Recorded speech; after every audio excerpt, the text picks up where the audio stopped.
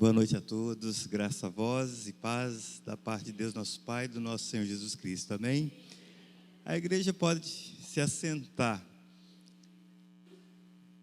Eu me sinto muito honrado, muito lisonjeado pelo convite do pastor Eliseu, de estar aqui com os irmãos, com essa igreja, nesta noite, adorando ao Senhor.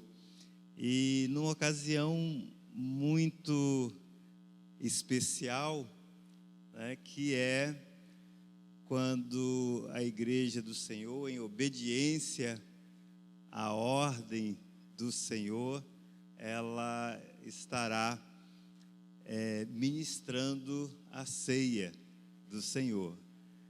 E o pastor Eliseu, irmão, amigo, companheiro de jugo, como diz o apóstolo Paulo, confiou a mim essa responsabilidade. E eu agradeço muito pela confiança, pastor.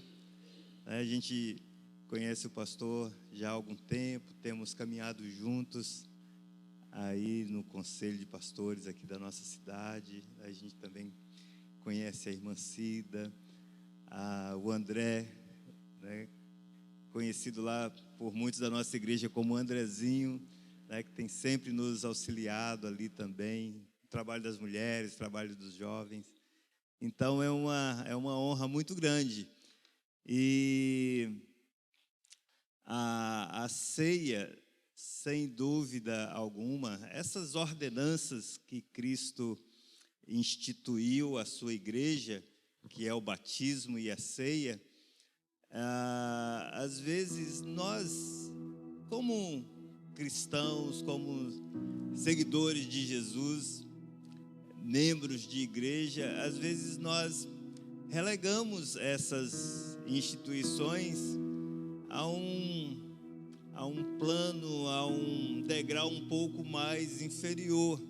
Às vezes até nós valorizamos um pouco mais o batismo, porque é o ato de admissão à igreja, e a ceia, talvez, não estou dizendo que esse seja o caso, mas para alguns de nós é algo de não muita importância. Mas a ceia do Senhor, na verdade, o grande reformador João Calvino, ele dizia o seguinte, deixou nos seus livros, nos seus escritos, de que existem 3 marcas através das quais a gente avalia uma igreja, se ela é mais bíblica ou menos bíblica. Não perfeita, porque não vai haver igreja perfeita aqui, mas a igreja que é mais genuína, digamos assim, mais verdadeira. E para a gente avaliar, ele sugere essas 3 marcas. A primeira marca que ele apresenta, como um padrão de avaliação da igreja, é a pregação da palavra, a fiel pregação da palavra. A igreja, ela deve ser julgada, ela deve ser avaliada pela palavra que é pregada, pela palavra que sai aqui do púlpito, E nesse quesito eu sei que a igreja aqui está bem servida. O pastor Eliseu, como eu disse, a gente tem acompanhado, já estamos juntos há algum tempo, e a gente tem visto o zelo do pastor, a dedicação dele, e além disso, o seu testemunho de um homem de Deus. Mas o segundo critério que o João Calvino ele sugere para que a gente avalie a igreja é a correta ministração das ordenanças do Senhor, que ele chamava de sacramento, Para nós são as ordenanças, que é o batismo e a ceia. Então, é claro que isso está vinculado à própria palavra, mas existem verdadeiras aberrações em alguns grupos, até chamados de cristãos, né, na questão da ministração dessas ordenanças. Então, a Bíblia estabelece como deve ser ministrada essas ordenanças, o batismo e a ceia do Senhor. Então, esse é um outro critério importante para avaliar se uma igreja local, ela é fiel, ela é uma igreja genuína, uma igreja verdadeira. E o terceiro critério é a disciplina na igreja. A igreja a igreja local, como quem recebeu a autoridade das chaves do reino, né? Ela tem a autoridade, a prerrogativa de emitir juízos de Deus aqui nessa terra e, inclusive, disciplinar os seus membros faltosos, né? Esse é um dos critérios que a gente tem tido alguma dificuldade nos nossos dias de aplicar, e não são muitas as igrejas que têm levado a sério essa questão da disciplina eclesiástica, a disciplina na igreja, né? Então, assim, a gente não vai discorrer sobre esses 3 pontos. Eu acho que é apenas para a gente ter uma visão da importância da ceia do Senhor, para esse momento que nós estamos aqui juntos celebrando, né? Celebrando a vitória que o Senhor conquistou na cruz por nós. E a ceia do Senhor diferentemente da palavra pregada, da palavra lida, né, que nos aguça o sentido da audição. A ceia do Senhor, ela é a palavra de Deus dramatizada. Na verdade, é a obra de redenção dramatizada. E a ceia, ela nos aguça todos os nossos sentidos, não somente os nossos ouvidos quando a gente está falando sobre a ceia, mas os nossos olhos, porque nós podemos olhar para esses elementos aqui e isso vai nos remeter àquele momento histórico, há 2000 anos atrás, lá na cruz do Calvário, onde Jesus ele foi morto, onde Jesus foi crucificado, onde Jesus teve o seu corpo moído por conta dos nossos pecados, onde ele derramou o sangue através do qual é ratificada a aliança, a nova aliança que fora prometida já lá no Antigo Testamento pelos profetas, sobretudo o profeta Jeremias, o profeta Ezequiel. Então ela nos desperta o olhar, mas não somente o olhar.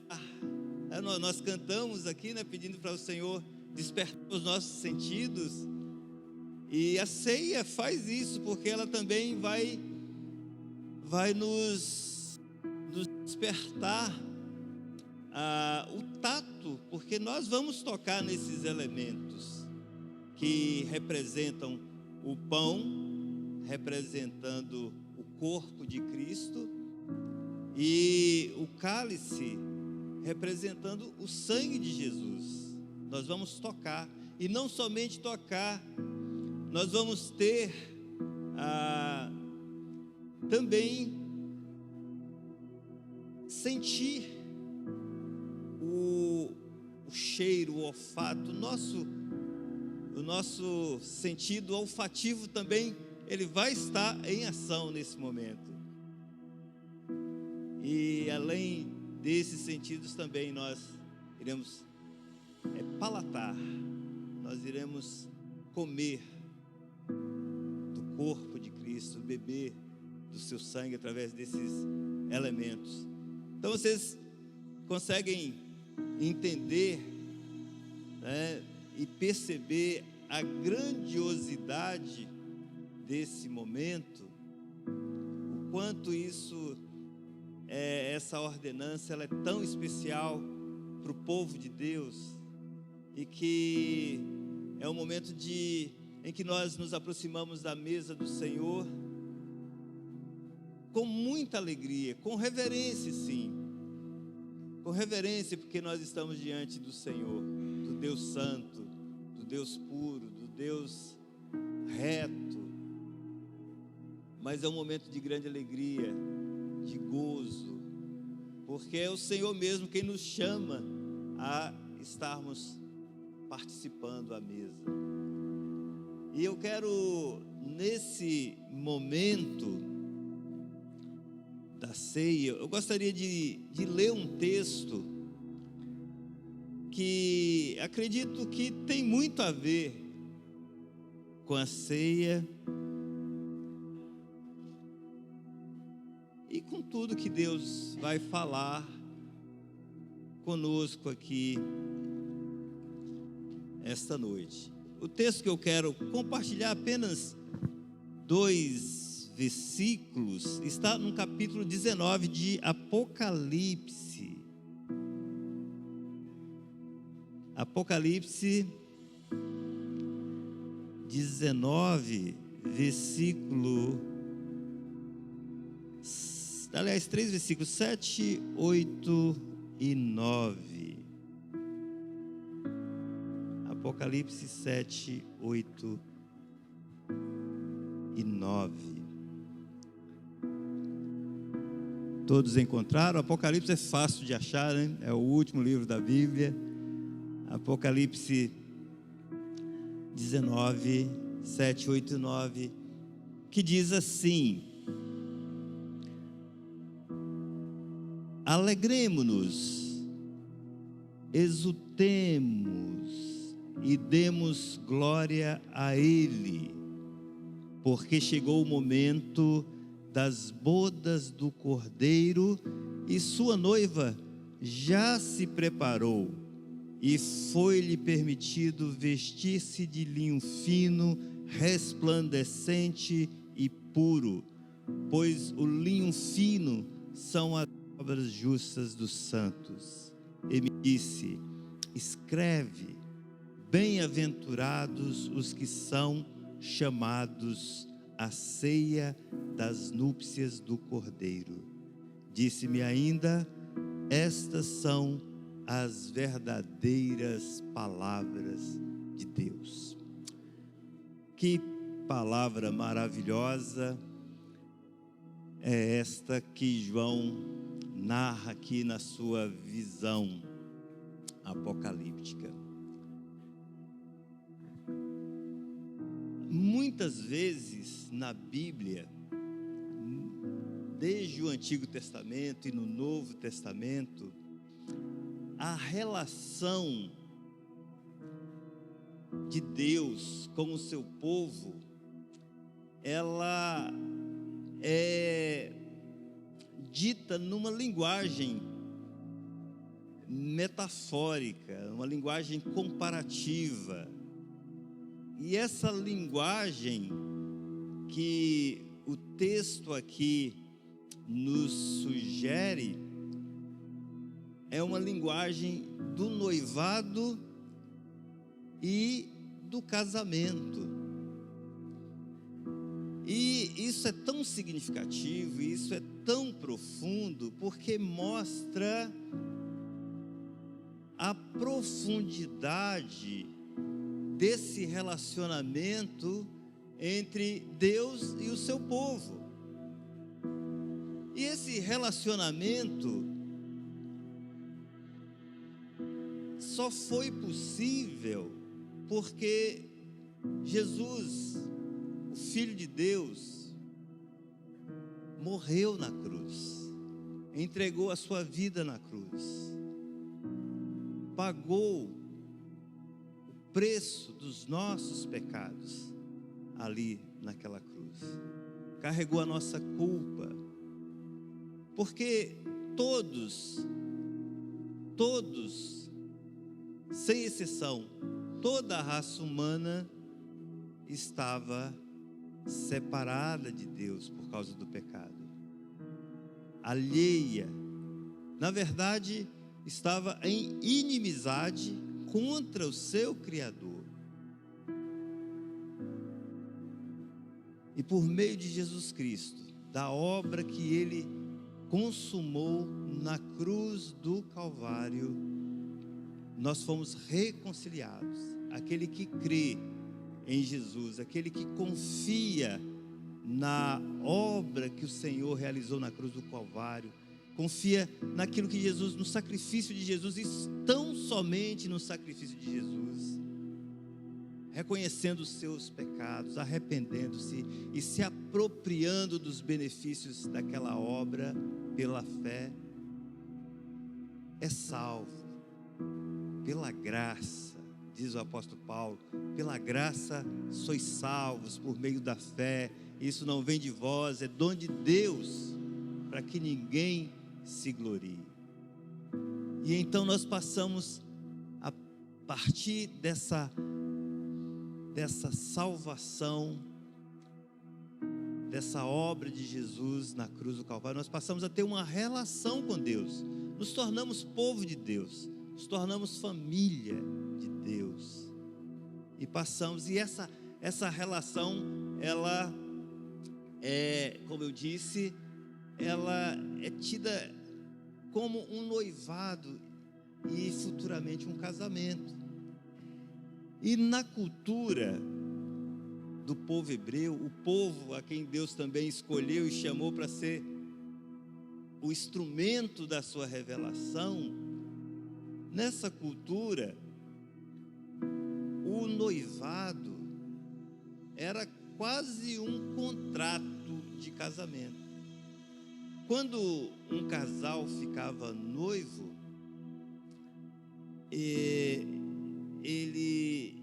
o casal assumia certas responsabilidades, e embora ambos não pudessem ainda coabitar-se, viverem juntos debaixo do mesmo teto, eles já eram como se fossem marido e mulher, de modo que se houvesse um rompimento desse noivado, era quase um divórcio. E esse período do noivado, que durava aproximadamente 1 ano, era para que as famílias dos noivos fizessem os preparativos, as tratativas a respeito dos dotes, né? E então, quando era resolvida essa questão dos dotes, isso já passava aí por 1 ano, mais ou menos, então acontecia o casamento. O noivo, né, saía acompanhado aí dos seus amigos, num cortejo alegre, festivo, né, a festa de casamento. E então ele conduzia a noiva, agora a esposa, para a casa dos seus pais, onde já havia ali ele preparado um lugar para morar agora com a esposa. Então é isso, é mais ou menos algo assim que o apóstolo João, ele tem nessa visão. Até eu quero compartilhar um pensamento aqui de um estudioso, de um teólogo chamado William Hendrickson, que ele apresenta uma rápida descrição dessa sequência nupcial que João apresenta aqui no Apocalipse, nesses versículos que nós acabamos de ler. E aqui eu quero abrir uma aspas para o William Hendricks, que ele diz assim: em Cristo a noiva foi escolhida na eternidade. A noiva foi escolhida na eternidade. Ao longo de todo o Antigo Testamento, a dispensação do casamento foi anunciada. Em seguida, o Filho de Deus assumiu nossa carne e sangue. Aconteceu o noivado. O preço, o dote, foi pago no Calvário. E agora, depois de um intervalo que aos olhos de Deus é breve, o noivo volta e o casamento do Cordeiro chegou. A igreja, ele conclui as palavras dele aqui, a igreja na terra anseia por esse momento, assim como a igreja anseia no céu. Percebam então como é glorioso esse momento da ceia. Ele, de alguma maneira, nos antecipa, porque nós somos essa noiva, né? Mas esse momento da ceia nos antecipa, de modo que a gente pode experimentar, de alguma maneira, antecipadamente, já esse glorioso dia da núpcia, quando nós estaremos na presença do Senhor, já longe desse mundo mal, longe do pecado, e nós podemos já desfrutar disso agora. Mas isso é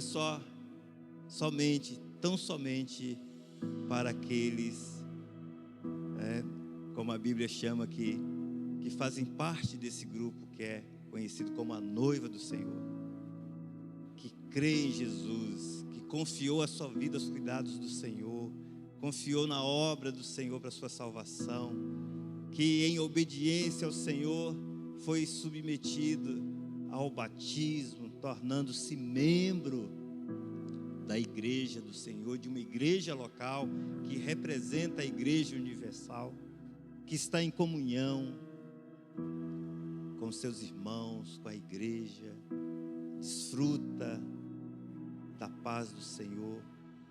E é óbvio, a Bíblia fala que, lá em 1 Coríntios, que o crente, o irmão, a irmã, deve fazer um autoexame nesse momento. Esse é um momento de reflexão. A gente precisa avaliar a nossa vida. É um momento que nós temos que parar, pensar, deixar que o Espírito de Deus sonde nosso coração. E se tem alguma pendência nos nossos relacionamentos, a gente precisa pedir perdão a Deus. E havendo oportunidade, de reparar os danos, às vezes nem sempre dá para reparar danos, mas havendo oportunidade, sendo possível, a gente deve imediatamente reparar os danos, pedir perdão a Deus. A ceia não é para quem é perfeito, porque se fosse, nenhum de nós estaria qualificado, mas é para pecadores que foram regenerados, lavados pelo sangue de Jesus, que reconhecem as suas fraquezas, as suas debilidades e que confiam somente no Senhor para a sua redenção, para a remissão dos seus pecados. Então, se você se enquadra, se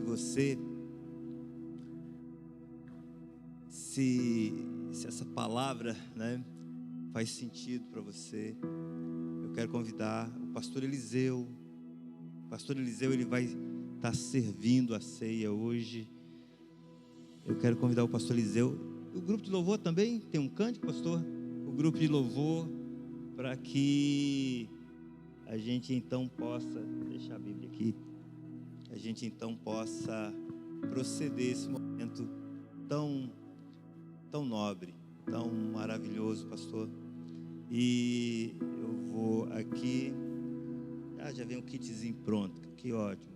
Eu vou pedir para o pastor Eliseu estar fazendo uma oração grandes elementos. E você que vai participar da ceia, eu quero convidar você a se colocar de pé. O pastor Eliseu vai orar, consagrar os elementos, e enquanto nós cantamos, o pastor vai estar servindo aos irmãos. Pai, te agradecemos por esse privilégio. Obrigado, Senhor, por essa dádiva. Amém. Obrigado, Deus, por esse presente. Amém.